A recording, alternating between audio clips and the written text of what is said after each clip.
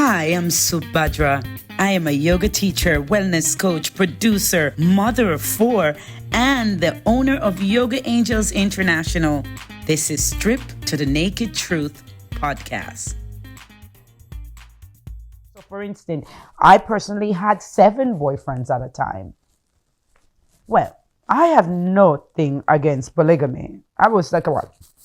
At that point, 22 years old. And for me, 7 boyfriends, it felt natural to have 7 boyfriends. Matter of fact, I just couldn't understand the problem, why they couldn't get along. Actually, not so bad. Because I was so truthful, I would have told each person that I was dating that I was not dating them alone. And I was too much woman for any one man. My God, that was my mantra. And I really felt that way. And kudos to those who do feel that way today. But when I get to know me deep within myself, I'm personally not a polygamist. Could you imagine if I knew that from before in my 20s? I mean, luckily for me, I started cutting that behavior out by age 25. It didn't stay long. But I remember 22 was a hot mess. I was on fire, okay? And having 7 boyfriends just felt normal to me. I mean, I created things like where normal people, there's 2 sides to this because I'm proud of some of these things where I'm not really a woman now who run out and have so much curiosity that I don't understand myself. And sometimes I see this reverse too, where you didn't get enough experience. And so you run around and you kind of act out in your later age.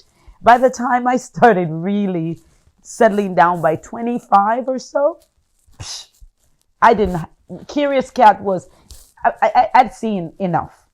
Not to say I didn't have frisky times, but it wasn't because of just this behavioral pattern as much anymore. The dosage was much lower because of yoga and the meditation and everything of the practicing.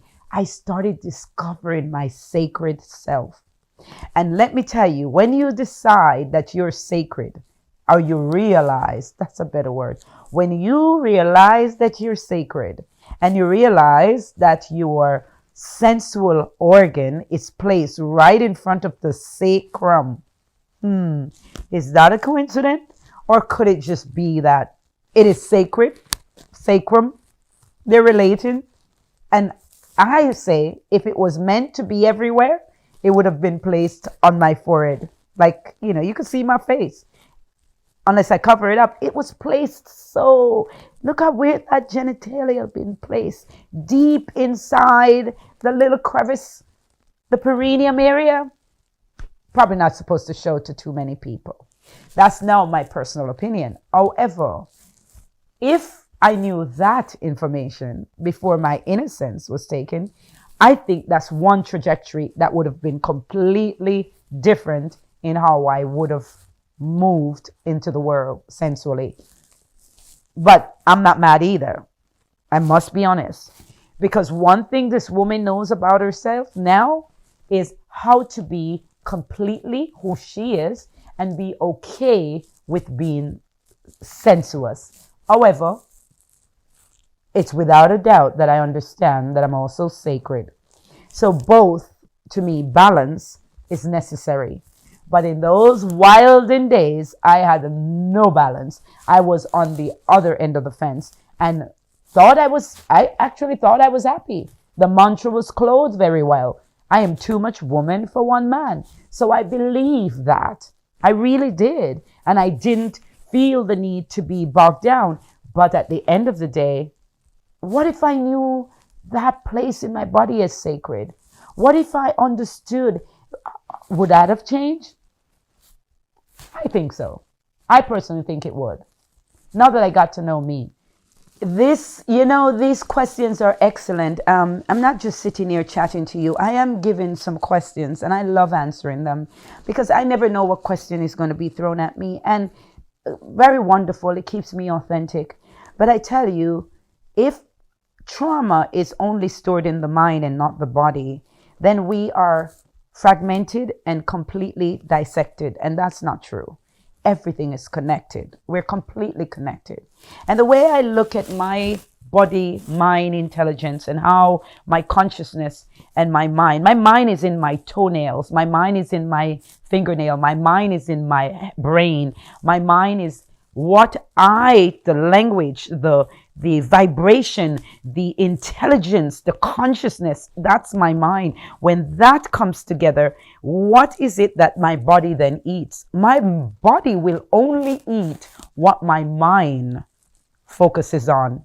So how could they be different? If my mind is focusing on a mantra or a affirmation that says, let's go with the one that I said change the trajectory of my life. Let's look at this one. I am too much woman for any one man. What does that leave me? Number one, many men. I've enjoyed myself, please. I don't want to send the message that it was the most awful time of my life, because some of those stories are very juicy and fun. However, my point is, would that have changed? Would that have been, maybe I want one man, maybe I want no man? We don't know, but I tell you enough that when you put in a certain affirmation, you can only live out the result of what the mind has encapsulated and placed within your body consciousness, and then your body starts to take you to the places to go fulfill the mind wishes, which means your body intelligence store every sensation that you have gone through. The body intelligence hold on to it. So your mind could even forget it, but it's already stored in your cells. It's inside your body, and your soul and your body, believe it or not, is extremely interconnected. Think about I call it our skin suit. Here's my skin suit I'm walking around with. I should stand up. I work out. I do yoga.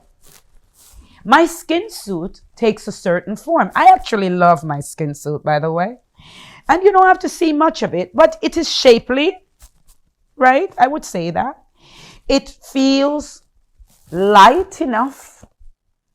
I'm a copper energy, meaning I am a bit, strong and stocky, muscular. This skin suit came about because the very incident that I told you about. I wanted to build a skin suit, we're going backwards now, that would be strong and fit, and it would make sure that I would never be hurt again. You and I know that that is definitely an illusion, because that's not how life works. However, in my mind, it says, if I look strong, it will not allow people to hurt me. So even my body today is still imprints from the incident. We're not saying the incident only cost me pain. There is opposition on every end of life.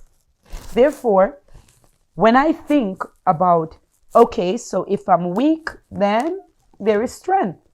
If I go over here and think more strength, behavioral pattern, think about it, do more of it, then I'm going to be strong. If I go on this side and I think about being weak, and on all the language in my mind is very weakening, then I become weak. So the mind and the body, they are working together. And the mind intelligence will send the signal to the body, and the body will then listen to what the mind say, gather its like components, red, apple, that kind of example. So the minute you throw it out, the minds think it, immediately the intelligence run and it tries to pick up as many of its like-minded, whether, color related, whatever you store. And then that is how you start to form your actions. Let's use something like stealing. Your mind say, take something that's not yours. This is a basic one. And your hand just reach out and you take it. Now your mind, because you don't have control of it yet, has now made you into a thief. But what took it? Your body did, your hand. So your mind told your hand that it shouldn't be disciplined. But what if your mind say to your hand, we do not steal. We take nothing that is not ours. We ask different thing. Those hands are disciplined. They never do those actions. So it's that basic, and into any complexity that comes in life, if the mind is not within your power and your control, it will run off and gallop and do very interested things. Okay, I think in this question, this one is loaded, but it's about the emotional body and how does the emotional body stores the energy and the patterns that is then seen amongst what they call us survivors. But I really don't call myself a survivor or anything like that. I call myself someone that's just courageous and chose life. I live. I wake up alive and I am grateful. I'm full of gratitude for life, and therefore I make choices and I live. Now, in the body though, your body stores definitely emotional storage that connects with your mind and your let's call them incidents, things that happens in your life.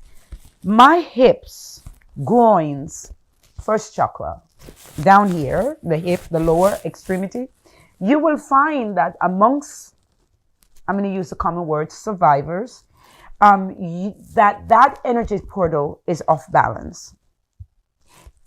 Sensuality wise, they're either a little repressed or a little overly active. The medium line is not yet found. When it's found, and when the shame is gone and the guilt is gone and they face themselves, and we are powerful now, we're empowered versus disempowered. When we put that integration together, then you get to see us. Then we are a little more in control of our sensuality and how we navigate through the world in it. Personally, for me, I can hold a celibacy like no other. And then on the other flip of it, as you heard, I could be extremely active when I was young. Once I got into yoga at 25 and I started to change the pattern, I told you that the energy of this mantra of being too much woman for one man, that changed. I really started rewinding and realizing that at 16 on, I was always dreaming of this one man, that he was going to come and, the pretty woman syndrome. He was going to sweep you off your feet and riding on the big white horse. And so I had conflicting mind stuff, like most people. You have these other deeper wishes, but over here, your action is literally basically contrasting what you really deeply want inside. So this flux back and forth creates chaos, utter chaos, because your mind tells your body what to do. I want to jump. My mind say, bend your knees. Then my mind said, lift up high, and I jump. Pull up your foot. It happens so fast that we think maybe we just do it and then the mind catch up. I think it's the opposite way around. I think the mind tells the body what to do, and then the body intelligence pick that command and do it. One more last thing about the integration of mind and body intelligence. And then I will talk about the energetics and what store for survivals are. That word survival just doesn't ring true to me. So I would like to say, I think I thrive. I feel lighter than survive. I feel like my life is miraculous and majestic. And, these are the words that come to me like, damn, life is phenomenal. It's excellent. It's even with challenges. I don't feel survivor energy, but I'm going to use it loosely because it's common, right? So I want to keep talking about now the mind and the body and give you a little thing that I learned from, it's BKS Iyengar that I was told. He said this. He didn't tell me directly, though I've met him a few times. It didn't come from his mouth. So I'm going to say it's allegedly said that B.K.S. Iyengar said this, and I might have read it somewhere. I did read it in his book as well. It says that the mind is like wild horses, right? And the breath is the rein. That's what we want to do with our mind. If you let those wild horses just gallop, then they're going to gallop in places that, hello, you're going to be feeding things unfocusedly. If you take your breath and breathe and rein the mind in, you will then steer the mind into the places you desire it to go. Not that you won't hear your subconscious and hear old recordings. Oh, you will. But that is the moment that it's been found out. So that is the moment that you can now reprogram. If we can put ourselves down to bed at night and stay present before we fall out into sleep, reprogramming time. That's when I do it. I literally could feel the frying of the energetic wiring and rewiring. And as soon as I get to that space where I'm ready to sail off into sleep, I want to become even more present and allow my reprogramming to happen through affirmation, through surrendering, and through knowing that that's an old recording and that I'm ready to let it go, and my new recording being aware of what I want to reprogram. For me, I am sacred. Let's talk about the incident. I am sacred. I am in charge of my sacred. It's me. It's my power. When I share my sacred, I'm making that choice consciously. And I want to be proud, happy, joyful, completely courageous about my sensuality. No need to hide behind anything. A matter of fact, I have a mantra today. I am going to stay sexy till I die.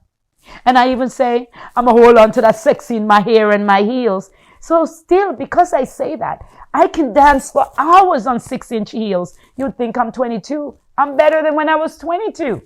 In the sense of no knee pain, nothing. These heels are like this. I feel sexy, I feel good, and I can manage them and no knee injury. I'm 54. So that's a positive. So the incident, as much as it had its chaos it brought in, and God knows I can't tell you all here, you got to wait for the book. Then I will dive in deeper. By the way, did I tell you Stripped to the Naked Truth is a book too? We're literally doing this podcast from the chapters of the book. So hold tight. We'll let you know when it's going to hit the shelves. So I want to say, for Stripped to the Naked Truth, the book, keep your eye out and stay coming to our YouTube, as we will tell you when we're going to release the book. In the meantime, though, one more thing quickly. I would love for you to remember that everything that happens in your life can either be empowering or disempowering. What is the difference? How do we make it empowering? I know we all want that, instead of having it cripple us and disempower us for the rest of our lives. Clearly, I made a choice. And I'm here sitting here hoping that if it reaches the ears that it's meant to hear it, that you too can realize that you can just use your mind and choose a perspective that's empowering to see your experience in. There's no need to feel shame or guilt. And I know that's easier said than done. I've walked so many levels of clearing myself, but there are tools for you. I'm talking to you a lot about yoga and meditation because that's my truth. 29 years ago, when I found yoga, or yoga found me, that was when my empowerment stepped in and I was able to stop suppressing this thing that was disempowering me and giving me the language that I didn't even believe in. I was speaking a language that I didn't even believe in. Fear. I was frightened of people. Do you know how much I love people? If you ever get a time to spend time with me in a room, I love people. So imagine if I had focused on that disempowering, I'm afraid of people. I would never got the chance to be this beacon of light that I know myself to be, to love people, to embrace them, and to feel the love that people have within their hearts. So that was another empowering thing. Personally, in the book, I talk more about when I get word about what happened to my perpetrators and how that came together, because it was insane that nothing you do in this world, please hear this part, nothing you do in this world go unseen. First of all, we humans, we feel it first. Before we inflict it upon to others, even through words, we eat it first. We have the meal before we can act it out and bring it out of ourselves into others' sphere. So the disease is yours, or the greatness is yours. Just choose. Just choose. And me personally, I've made my choice, and every day you wake up, you make more and more. You ground yourself in the positivity. You do not waver. And if you should waver, remind yourself that on the opposite end of where you are that doesn't feel so good is the greatness. All you got to do is take your breath, rein your mind in, send the right intelligence into your body, and do the right actions. And that's what karma is. Action.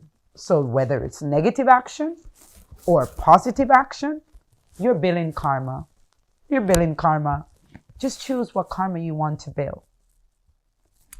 Sitting here with you today, stripping to my naked truth in the best form that I love to do, which is to tell stories. That's how I grew up.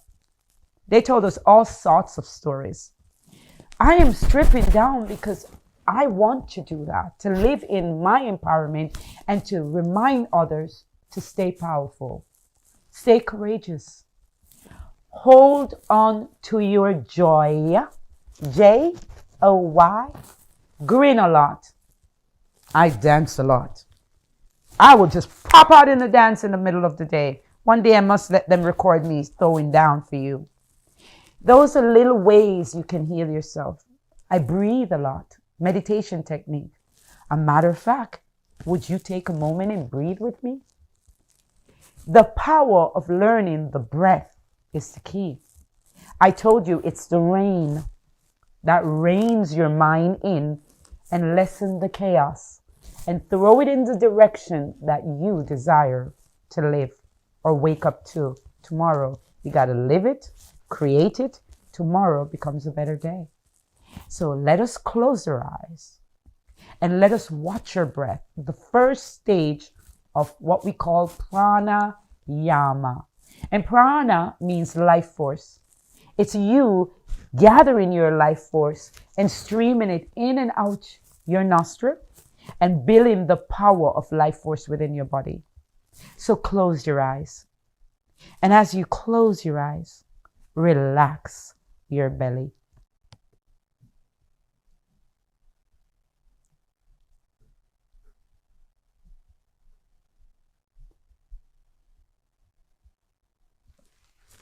If you're standing in your kitchen, if you're driving in your car, wherever you're listening to this podcast, if you're watching it on YouTube, close your eyes, pause, turn down the stove, sit a bit.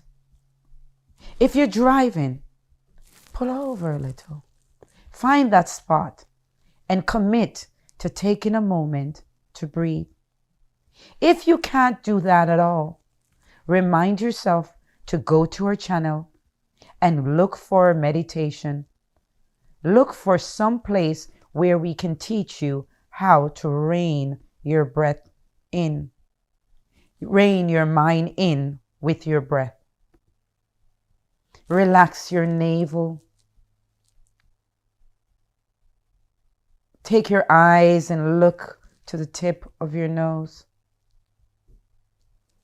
As you gaze down, pull the eyes towards each other. Imagine the eyes to be one, meeting at the center of your forehead and turning down. That eternal eye, known as the third eye, the eye of wisdom. Gaze at the tip of your nose.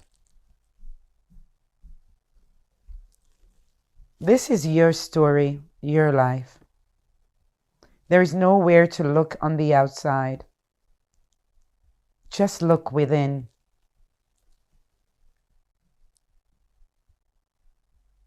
The eyes are spread across the face, so though they're closed, they're not gripped.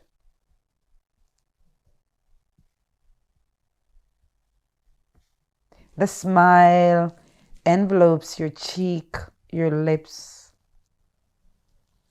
your temples, your jaw. And decide that you're just going to have a big, shiny smile upon your face. Use your mind and shower your face and your heart with a smile.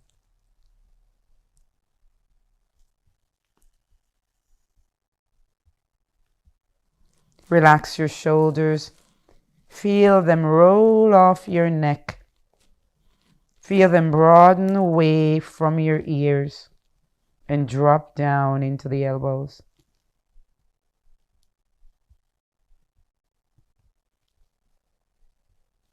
Watch your breath. What is the breath doing?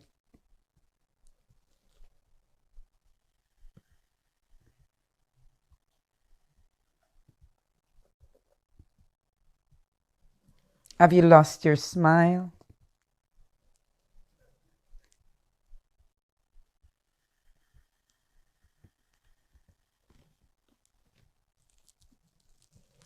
Get your smile and place it back upon your skin so that it radiates from within. Keep the eyes gazing at the tip of the nose and see a bright sunlight radiating from right at the pit of your belly, the base of your spine. Relax. That power within the base of our spine can be used to rise up to the heart and the mind. So the more you rise the power up to the brain, you will feel your heart expand.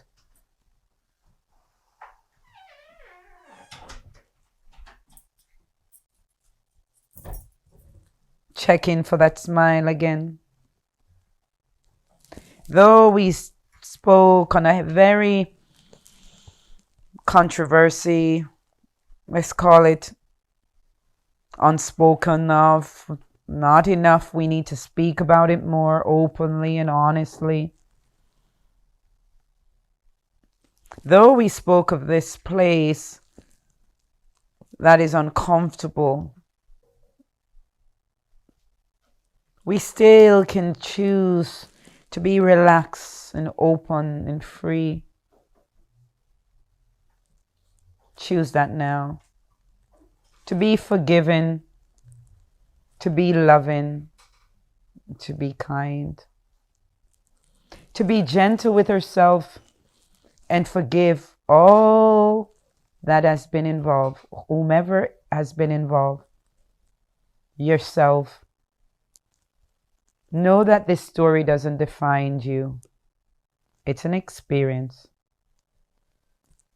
And once you experience, it's okay to discard, let go, and renew yourself without carrying the traces within you. Change the imprint by breathing in and breathing out. Find a mantra an affirmation. And I'm going to give one out, but make it positive. But I'll give one out. I love this mantra. It's the Anapalupu prayer. It is beautiful. I love you. I'm sorry. Please forgive me. And thank you. And as we accept forgiveness of ourselves, I love you, we place self-love within our heart. I am sorry. I wish no harm upon myself nor anyone else. Please forgive me. Let it go. Let God. Allow the past to be the past and choose power, positivity, greatness in the present.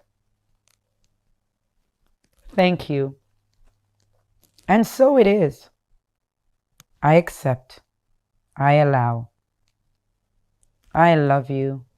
I'm sorry. Please forgive me. And thank you. Breathe that mantra in and sit in your meditation daily. 15 minutes, 5 minutes, 10 minutes, 2 minutes. Okay, I'll take 1 minute, but start something. Find a place to sit and meet with you. Maybe at the beginning of the day, at the end of the day. Okay, the middle of the day. Wherever you can fit it, find some time to say hello to yourself. Give yourself love. Give yourself forgiveness. Let go of all things that doesn't serve you. I let go. I let God. I am. Anything you want to put after I am should be positive and powerful. Empowerment. I am love. I am a gift. I am strong. I'm brand new. I am joy. I am peaceful. I'm wise. I'm wealthy. I'm prosperous. Feed the I am with positivity. Take your last big, deep, impregnating breath. And exit the breath through your nose. Let go and empty your groins, empty your abdomen, empty your lungs.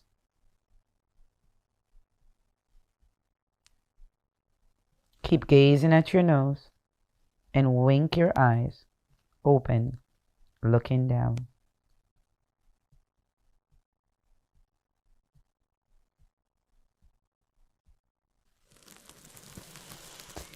And that concludes our incident story. You want to know more details? Gotta wait for the book. Stripped to the Naked Truth is a book and will be coming out. And we will keep you posted. Thank you for watching. Thank you for listening. I hope this in some way is helpful to someone. Namaste.